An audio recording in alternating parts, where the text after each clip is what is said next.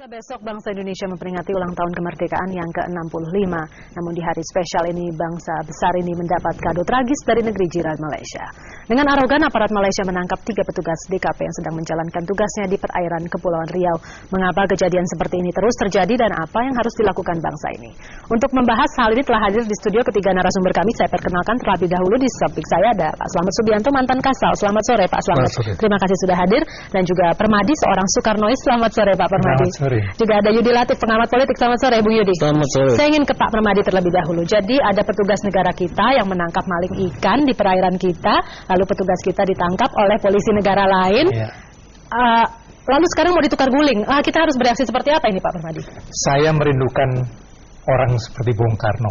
Begitu ada kejadian itu, kita harus berani ganyang Malaysia. Maksudnya perang begitu? Bukan perang, ganyang aja, gertak aja.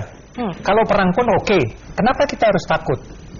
Jadi, karena pemimpin-pemimpin pemerintahan sekarang ini memble, tidak bereaksi sama sekali, Malaysia makin kurang ajar.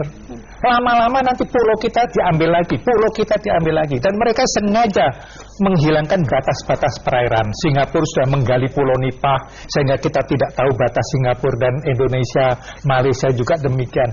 Nah, kalau ini dibiarkan terus tanpa reaksi pemimpin-pemimpin kita, saya khawatir kemarahan rakyat ini justru akan ditumpahkan pada Pak SBY yang tidak menyinggung sama sekali dalam pidato kenegaraannya masalah yang sangat esensial untuk kedaulatan bangsa. Jadi menurut saya, pada saat saya masih di Komisi 1, ada seorang Panglima TNI yang kapal kita ditabrak di Ambalat. Saya minta tembak itu kapal. Beliau menjawab, oh itu kewenangan Presiden. Mati aku, seorang Panglima tidak ngerti undang-undang dasar. Presiden itu cuma kewenangannya mengumumkan perang dan menggunakan TNI. Tapi untuk nembak kapal, itu kewenangan komandan kapal, tidak perlu ke Presiden. Jadi kalau seorang Panglima sudah tidak tahu undang-undang dasar, bagaimana dia mau memanage Tentara Nasional Indonesia yang tugas utamanya adalah melindungi seluruh masyarakat dan seluruh tanah air. Baik, oke. Pak Slamet, kalau dari Anda lihat, apa sebetulnya masalah kita dengan Malaysia ini? Gimana pokoknya? Sebenarnya mari kita melihat kembali kepada pembukaan Undang Dasar Alinea 4. Situ ditekankan keutuhan wilayah, keselamatan bangsa, kesejahteraan, kemudian mencerdaskan kehidupan bangsa. Yang terakhir baru ikut dalam perdamaian dunia. Kalau kita bicara keutuhan wilayah, maka jelas wilayah kita yang merupakan hasil perjuangan para pendahulu itu harus kita jaga seutuhnya.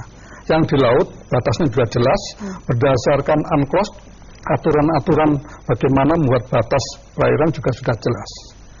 Saya ingin mengandaikan, menggambarkan, kita punya rumah besar, ya, di halaman kita luas dan situ banyak tumbuhan-tumbuhan yang bermanfaat. Sedangkan kita tinggal di lingkungan yang tidak aman. Oleh karena itu perlu pagar. Pagarnya itu tidak pagar bambu, tapi pagar batu kalau perlu 2 meter yang melindungi wilayah kita. Nah itulah TNI harus begitu. Jadi TNI itu harus dibangun betul untuk melindungi wilayah negara kita sesuai dengan tujuan undang-undang yang tertulis itu. Nah oleh karena itu saya ingin mengingatkan semua anak bangsa, mari kita kembali menyadari, memahami tentang undang-undang itu sendiri, tentang tujuan berbangsa.